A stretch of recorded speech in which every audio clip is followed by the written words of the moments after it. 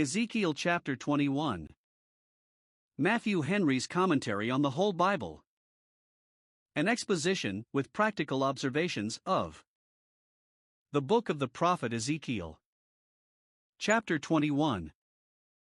In this chapter we have 1. An explication of the prophecy in the close of the foregoing chapter concerning the fire in the forest, which the people complained they could not understand, verses 1 to 5, with directions to the prophet to show himself deeply affected with it, verses 6 and 7. 2. A further prediction of the sword that was coming upon the land, by which all should be laid waste, and this expressed very emphatically, verses 8 to 17. 3. A prospect given of the king of Babylon's approach to Jerusalem, to which he was determined by divination, verses 18 to 24. 4. Sentence passed upon Zedekiah king of Judah, verses 25 to 27. 5. The destruction of the Ammonites by the sword foretold, verses 28 to 32. Thus is this chapter all threatenings. Ezekiel 21 verses 1 to 7. The prophet had faithfully delivered the message he was entrusted with, in the close of the foregoing chapter, in the terms wherein he received it, not daring to add his own comment upon it, but, when he complained that the people found fault with him for speaking parables, the word of the Lord came to him again, and gave him a key to that figurative discourse, that with it he might let the people into the meaning of it, and so silence that objection. For all men shall be rendered inexcusable at God's bar, and every mouth shall be stopped.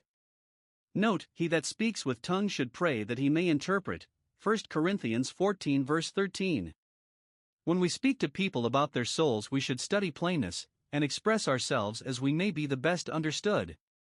Christ expounded his parables to his disciples, Mark 4 verse 34. 1. The prophet is here more plainly directed against whom to level the arrow of this prophecy. He must drop his word towards the holy places, verse 2, towards Canaan the holy land, Jerusalem the holy city, the temple the holy house. These were highly dignified above other places, but when they polluted them, that word which used to drop in the holy places shall now drop against them, prophesy against the land of Israel.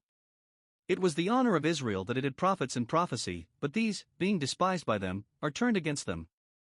And justly is Zion battered with her own artillery, which used to be employed against her adversaries, seeing she knew not how to value it. 2. He is instructed, and is to instruct the people, in the meaning of the fire that was threatened to consume the forest of the south. It signified a sword drawn, the sword of war which should make the land desolate. Verse 3 Behold, I am against thee, O land of Israel. There needs no more to make a people miserable than to have God against them, for as, if he be for us, we need not fear whoever are against us, so, if he be against us, we cannot hope whoever are for us. And God's professing people, when they revolt from him, set him against them, who used to be for them. Was the fire there of God's kindling? The sword here is his sword, which he has prepared, and which he will give commission to. It is he that will draw it out of its sheath, where it had laid quiet and threatened no harm. Note, when the sword is unsheathed among the nations, God's hand must be eyed and owned in it. Did the fire devour every green tree and every dry tree? The sword in like manner shall cut off the righteous and the wicked. Good and bad were involved in the common calamities of the nation. The righteous were cut off from the land of Israel when they were sent captives in Babylon, though perhaps few or none of them were cut off from the land of the living, and it was a threatening omen to the land of Israel that in the beginning of its trouble such excellent men as Daniel and his fellows, and Ezekiel, were cut off from it and conveyed to Babylon. But though the sword cut off the righteous and the wicked, for it devours one as well as another, 2 Samuel 11 verse 25, yet far be it from us to think that the righteous are as the wicked, Genesis 18 verse 25. No, God's graces and comforts make a great difference when his providence seems to make none. The good figs are sent into Babylon for their good, Jeremiah 24 verses 5 and 6. It is only an outward appearance that there is one event to the righteous, and to the wicked, Ecclesiastes 9 verse 2. But it speaks the greatness of God's displeasure against the land of Israel. Well might it be said, his eye shall not spare, when it shall not spare, no, not the righteous in it. Since there are not righteous men sufficient to save the land, to make the justice of God the more illustrious, the few that there are shall suffer with it, and God's mercy shall make it up to them some other way. Did the fire burn up all faces from the south to the north?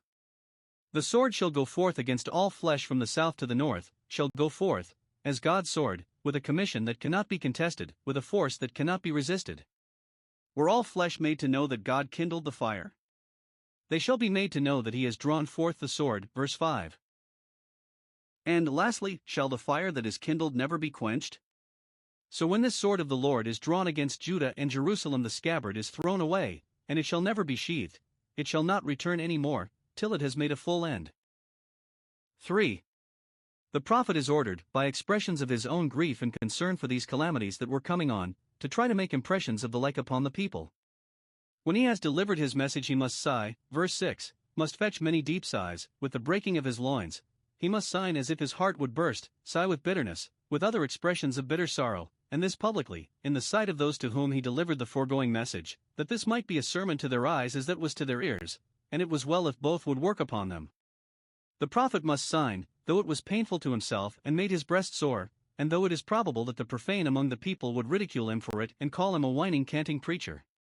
But if we be beside ourselves, it is to God, and if this be to be vile, we will be yet more so.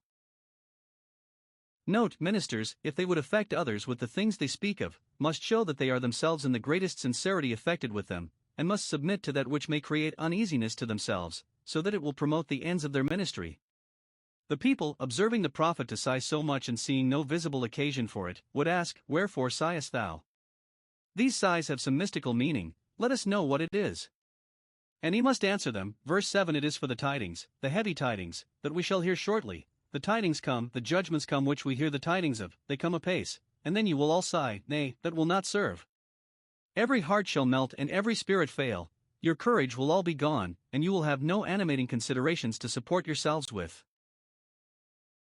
And, when heart and spirit fail, it will follow, of course, that all hands will be feeble and unable to fight, and all knees will be weak as water and unable to flee or to stand their ground. Those who have God for them when flesh and heart fail have him to be the strength of their heart, but those who have God against them have no cordial for a fainting spirit, but are as Belshazzar when his thoughts troubled him. Daniel 5 verse 6. But some people are worse frightened than hurt. May not the case be so here, and the event prove better than likely? No, behold, it cometh, and shall be brought to pass. It is not a bugbear that they are frightened with, but according to the fear so is the wrath, and more grievous than is feared. Ezekiel 21 verses 8 to 17. Here is another prophecy of the sword, which is delivered in a very affecting manner. The expressions here used are somewhat intricate, and perplex interpreters. The sword was unsheathed in the foregoing verses, here it is fitted up to do execution, which the prophet is commanded to lament. Observe. 1. How the sword is here described. 1. It is sharpened, that it may cut and wound, and make a sore slaughter. The wrath of God will put an edge upon it, and whatever instruments God shall please to make use of in executing his judgments, he will fill them with strength, courage, and fury, according to the service they are employed in. Out of the mouth of Christ goes a sharp sword, Revelation 19 verse 15. 2. It is furbished, that it may glitter, to the terror of those against whom it is drawn. It shall be a kind of flaming sword. If it have rusted in the scabbard for want of use, it shall be rubbed and brightened. For though the glory of God's justice may seem to have been eclipsed for a while, during the day of his patience and the delay of his judgments, yet it will shine out again, and be made to glitter. 3. It is a victorious sword, nothing shall stand before it. Verse 10, It contemneth the rod of my son as every tree. Israel, said God once, is my son, my firstborn. The government of that people was called a rod, a strong rod. We read, chapter 19 verse 11, of the strong rods they had for scepters. But when the sword of God's justice is drawn, it contemns this rod, makes nothing of it, though it be a strong rod, and the rod of his son, it is no more than any other tree. When God's professing people have revolted from him, and are in rebellion against him, his sword despises them. What are they to him more than another people? The marginal reading gives another notion of this sword. It is the rod of my son, and we know of whom God has said, Psalm 2 verse 7, Thou art my son, this day have I begotten thee, and verse 9, Thou shalt break them with a rod of iron. This sword is that rod of iron which contemns every tree, and will bear it down. Or, this sword is the rod of my son, a correcting rod, for the chastening of the transgression of God's people, 2 Samuel 7 verse 14, not to cut them off from being a people. It is a sword to others, a rod to my son. 2. How the sword is here put into the hand of the executioners. It is the rod of my son, and he has given it that it may be handled, verse 11, that it may be made use of for the end for which it was drawn. It is given into the hand, not of the fencer to be played with, but of the slayer to do execution with. The sword of war my son makes use of as a sword of justice, and to him all judgment is committed. It is made bright, verse 15, it is wrapped up, that it may be kept safe, and clean, and sharp for the slaughter, not as Goliath's sword was wrapped up in a cloth only for a memorial, 1 Samuel 21 verse 9. 3. How the sword is directed, and against whom it is sent, verse 12 it shall be upon my people, they shall fall by this sword. It is repeated again, as that which is scarcely credible, that the sword of the heathen shall be upon God's own people, nay, it shall be upon all the princes of Israel. Their dignity and power as princes shall be no more their security than their profession of religion as princes of Israel. But if the sword be at any time upon God's people, have they not comfort within sufficient to arm them against everything in it that is frightful? Yes, they have, while they conduct themselves as becomes his people, but these had not done so, and therefore terrors, by reason of the sword, shall be upon those that call themselves my people. Note, while good men are quiet, not only from evil, but from the fear of it, wicked men are disturbed not only with the sword, but with the terrors of it, arising from a consciousness of their own guilt. This sword is directed particularly against the great men, for they had been the greatest sinners among them, they had altogether broken the yoke and burst the bonds, Jeremiah 5 verse 5, and therefore with them in a special manner God's controversy is, who had been the ringleaders in sin. The sword of the slain is the sword of the great men that are slain, verse 14. Though they have furnished themselves with places of retirement, places of concealment, where they flatter themselves with hopes that they shall be safe, they will find that the sword will enter into their privy chambers, and find them out there, as the frogs, when they were one of Egypt's plagues, found admission into the chambers of their kings. The sword, the point of this sword, is directed against their gates, against all their gates, verse 15, against all those things with which they thought to keep it out and fortify themselves against it. Note, the strongest gates, though they be gates of brass, ever so well barred, ever so well guarded, are no fence against the point of the sword of God's judgments. But when that is pointed against sinners, 1. They are ready to fear the worst, their hearts faint, so that they are not able to make any resistance. 2. The worst comes, whatever resistance they make, it is to no purpose, but they are ruined, and their ruins are multiplied. But what need have we to observe the particular directions of this sword when it has a general commission, is sent with a running warrant? Verse 16 Go thee, one way or other, which way thou wilt, turn to the right hand, or to the left, thou wilt find those that are obnoxious, for there are none free from guilt, and thou hast authority against them, for there are none exempt from punishment, and therefore, whithersoever thy face is set, that way do thou proceed, and, like Jonathan's sword, from the blood of the slain, from the fat of the mighty, thou shalt never return empty. 2 Samuel 1 verse 22. Note, so full is the world of wicked people that, which way soever God's judgments go forth, they will find work, will find matter to work upon. That fire will never go out on this earth for want of fuel. And such various methods God has of meeting with sinners that the sword of his justice is still as it was at first when it flamed in the hand of the cherubim, it turns every way, Genesis 3 verse 24. 4. What is the nature of this sword, and what are the intentions and limitations of it as to the people of God, verse 13? It is a correction, it is designed to be so, the sword to others is a rod to them. This is a comfortable word which comes in the midst of these terrible ones, though it be expressed somewhat obscurely. 1. The people of God begin to be afraid that the sword will contemn even the rod, that the sword will go on with such fury that it will despise its commission to be a rod only, will forget its bounds and become a sword indeed, even to God's own people. They fear lest the Chaldean sword, which is the rod of God's anger, contemn its being called a rod, and become as the axe that boasts itself against him that heweth therewith, or the staff that lifts up itself as if it were no wood, Isaiah 10 verse 15. Or, what if the sword contemn even the rod? That is, what if this sword make the former rods, as that or Sennacherib, to be contemned as nothing to this? What if this should prove not a correcting rod, but a destroying sword, to make a full end of our church and nation? This is that which the thinking, but timorous, few are apprehensive of. Note, when threatening judgments are abroad, it is good to suppose the worst that may be the consequences of them, that we may provide accordingly. What if the sword contemn the tribe or scepter? Namely, that of Judah and the house of David, so some think Shebet here signifies. What if it should aim at the ruin of our government?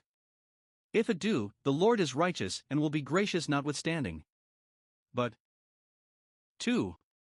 These fears are silenced with an assurance that it is not so, the sword shall not forget itself, nor the errand on which it is sent. It is a trial, and it is no more than a trial.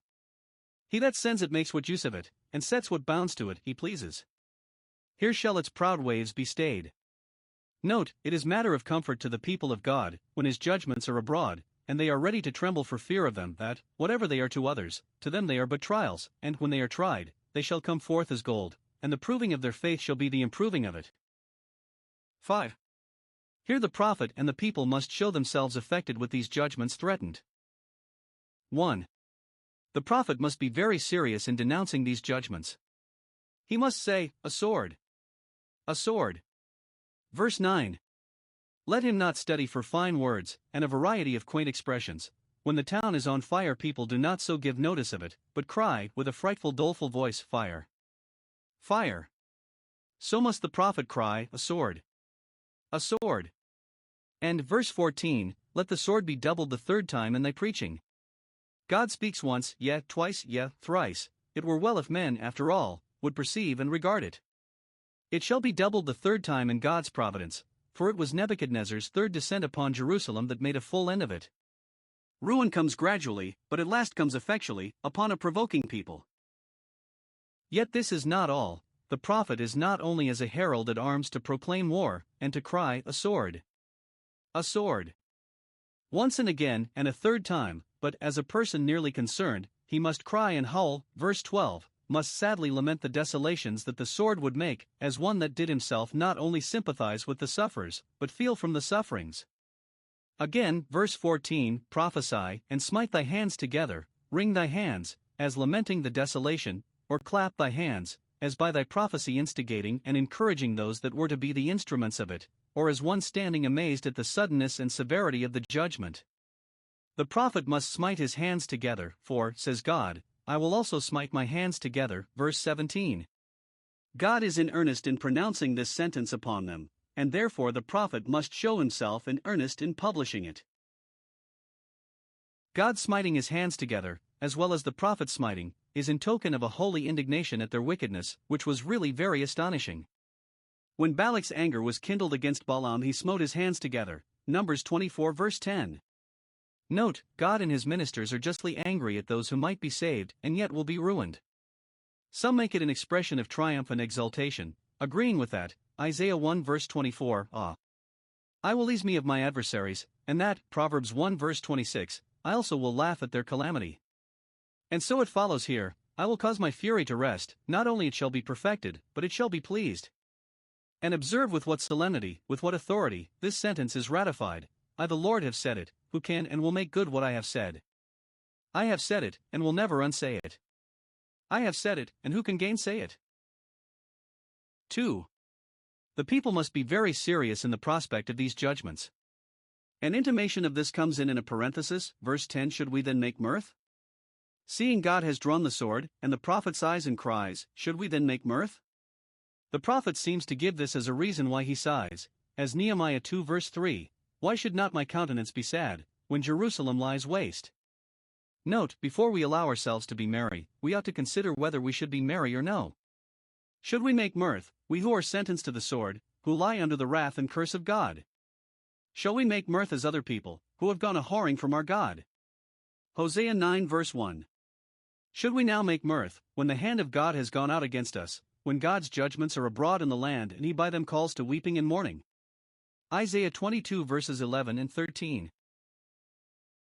Shall we now make mirth as the king and Haman, when the church is in perplexity, Esther 3 verse 15, when we should be grieving for the affliction of Joseph? Amos 6 verse 6. Ezekiel 21 verses 18 to 27. The prophet, in the verses before, had shown them the sword coming. He here shows them that sword coming against them, that they might not flatter themselves that by some means or other it should be diverted a contrary way. 1. He must see and show the Chaldean army coming against Jerusalem, and determined by a supreme power so to do. The prophet must appoint him 2 ways, that is, he must upon a paper draw out 2 roads, verse 19, as sometimes is done in maps, and he must bring the king of Babylon's army to the place where the roads part, for there they will make a stand. They both come out of the same land, but when they come to the place where one road leads to Rabbath, the head city of the Ammonites, and the other to Jerusalem, he makes a pause, for, though he is resolved to be the ruin of both, yet he is not determined which to attack first. Here his politics and his politicians leave him at a loss. The sword must go either to Rabbath or to Judah in Jerusalem. Many of the inhabitants of Judah had now taken shelter in Jerusalem, and all the interests of the country were bound up in the safety of the city, and therefore it is called Judah in Jerusalem the defenced. So strongly fortified was it, both by nature and art, that it was thought impregnable. Lamentations 4 verse 12. The prophet must describe this dilemma that the king of Babylon is at. Verse 21, for the king of Babylon stood, that is, he shall stand considering what course to take at the head of the two ways. Though he was a prince of great foresight and great resolution, yet, it seems, he knew neither his own interest nor his own mind. Let not the wise man then glory in his wisdom, nor the mighty man in his arbitrary power, for even those that may do what they will seldom know what to do for the best. Now observe. 1. The method he took to come to a resolution. He used divination, applied to a higher and invisible power, perhaps to the determination of providence by a lot, in order to which he made his arrows bright, that were to be drawn for the lots, in honor of the solemnity. Perhaps Jerusalem was written on one arrow and Rabbath on the other, and that which was first drawn out of the quiver he determined to attack first.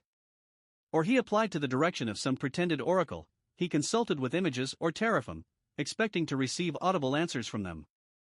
Or to the observations which the augurs made upon the entrails of the sacrifices, he looked in the liver, whether the position of that portended good or ill luck. Note, it is a mortification to the pride of the wise men of the earth that in difficult cases they have been glad to make their court to heaven for direction, as it is an instance of their folly that they have taken such ridiculous ways of doing it, when in cases proper for an appeal to providence it is sufficient that the lot be cast into the lap. With that prayer, give a perfect lot, and a firm belief that the disposal thereof is not fortuitous, but of the Lord. Proverbs 16 verse 33. 2. The resolution he was hereby brought to. Even by these sinful practices God served his own purposes and directed him to go to Jerusalem. Verse 22. The divination for Jerusalem happened to be at his right hand, which, according to the rules of divination, determined him that way. Note, what services God designs men for he will be sure in his providence to lead them to, though perhaps they themselves are not aware what guidance they are under. Well, Jerusalem being the mark set up, the campaign is presently opened with the siege of that important place. Captains are appointed for the command of the forces to be employed in the siege, who must open the mouth in the slaughter, must give directions to the soldiers what to do, and make speeches to animate them. Orders are given to provide everything necessary for carrying on the siege with vigor. Battering rams must be prepared and forts built. Oh, what pains, what cost, are men at to destroy one another. 2. He must show both the people and the prince that they bring this destruction upon themselves by their own sin. 1. The people do so, verses 23 and 24. They slight the notices that are given them of the judgment coming. Ezekiel's prophecy is to them a false divination. They are not moved or awakened to repentance by it. When they hear that Nebuchadnezzar by his divination is directed to Jerusalem, and assured of success in that enterprise, they laugh at it and continue secure, calling it a false divination, because they have sworn oaths, that is, they have joined in a solemn league with the Egyptians, and they depend upon the promise they have made them to raise the siege, or upon the assurances which the false prophets have given them that it shall be raised. Or it may refer to the oaths of allegiance they had sworn to the king of Babylon, but had violated, for which treachery of theirs God had given them up to a judicial blindness, so that the fairest warnings given them were slighted by them as false divinations. Note, it is not strange if those who make a jest of the most sacred oaths can make a jest likewise of the most sacred oracles, for where will a profane mind stop? But shall their unbelief invalidate the counsel of God? Are they safe because they are secure? By no means, nay, the contempt they put upon divine warnings is a sin that brings to remembrance their other sins, and they may thank themselves if they be now remembered against them. Black small square 1. Their present wickedness is discovered. Now that God is contending with them, so perverse and obstinate are they that whatever they offer in their own defense does but add to their offense. They never conducted themselves so well as they did now that they had the loudest call given them to repent and reform, so that in all your doings your sins do appear. Turn yourselves which way you will, you show a black side. This is too true of every one of us, for not only there is none that lives and sins not, but there is not a must man upon earth that does good and sins not. Our best services have such allays of weakness and folly and imperfection, and so much evil is present with us even when we would do good, that we may say, with sorrow and shame, in all our doings, and in all our sayings too, our sins do appear and witness against us, so that if we were under the law we were undone. Black small square 2. This brings to mind their former wickedness. You have made your iniquity to be remembered, not by yourselves that it might be repented of, but by the justice of God that it might be reckoned for. Your own sins make the sins of your fathers to be remembered against you, which otherwise you should never have smarted for. Note, God remembers former iniquities against those only who by the present discoveries of their wickedness show that they do not repent of them. Black small square 3. That they may suffer for altogether, they are turned over to the destroyed, that they may be taken. Verse 23. You shall be taken with the hand that God had appointed to seize you, and to hold you, and out of which you cannot escape. Men are said to be God's hand when they are made use of as the ministers of his justice. Psalm 17 verse 14. Note, those who will not be taken with the word of God's grace shall at last be taken by the hand of his wrath. 2. The prince likewise brings his ruin upon himself. Zedekiah is the prince of Israel, to whom the prophet here, in God's name, addresses himself, and if he had not spoken in God's name, he would not have spoken so boldly, so bluntly, for is it fit to say to a king, Thou art wicked? Black small square 1. He gives him his character, verse 25. Thou profane and wicked prince of Israel. He was not so bad as some of his predecessors, and yet bad enough to merit his character. He was himself profane, lost to everything that is virtuous and sacred. And he was wicked, as he promoted sin among his people, he sinned, and made Israel to sin. Note, profaneness and wickedness are bad in any, but worst of all in a prince of Israel, who as an Israelite should know better himself, and as a prince should set a better example, and have a better influence on those about him. Black small square 2. He reads him his doom. His iniquity has an end, the measure of it is full, and therefore his day has come, the day of his punishment, the day of divine vengeance. Note, though those who are wicked and profane may flourish a while, yet their day will come to fall. The sentence here passed is 1. That Zedekiah shall be deposed.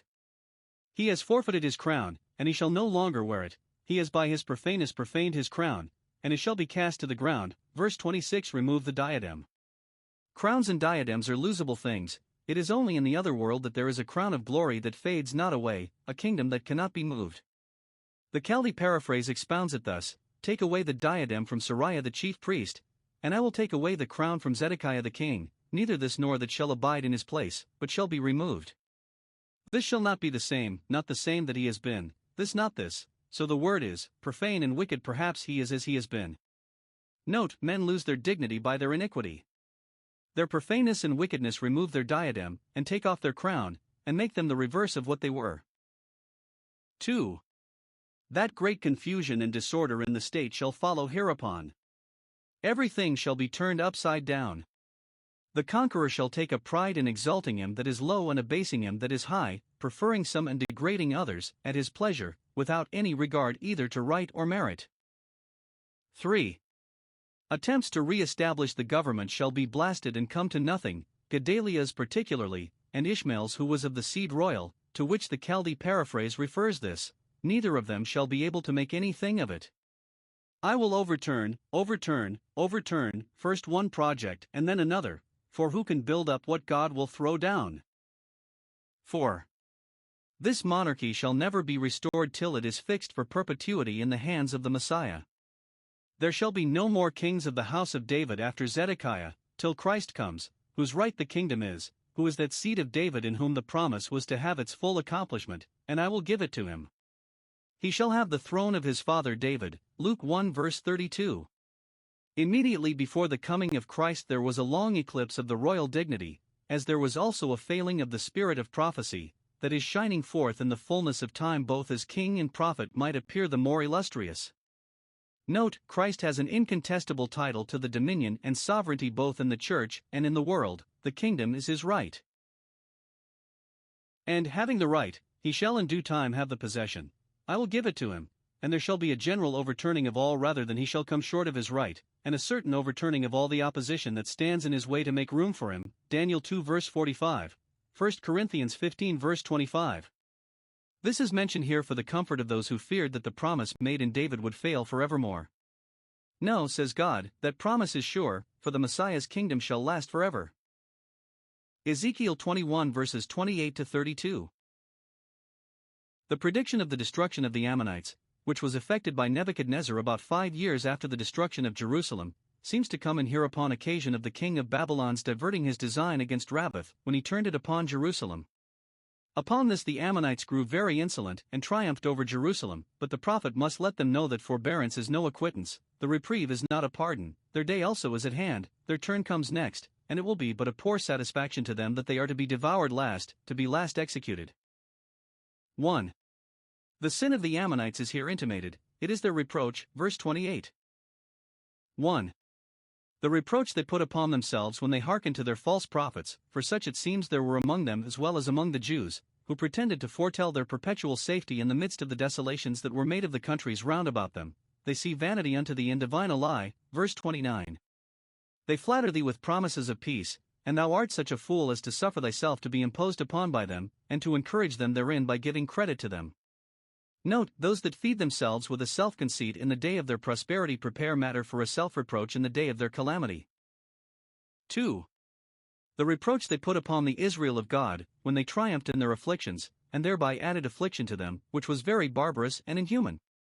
Their divines, by puffing them up with a conceit that they were a better people than Israel, being spared when they were cut off, and with a confidence that their prosperity should always continue, made them so very haughty and insolent that they did even tread on the necks of the Israelites that were slain by the wicked Chaldeans, who had commissioned to execute God's judgments upon them when their iniquity had an end, that is, when the measure of it was full.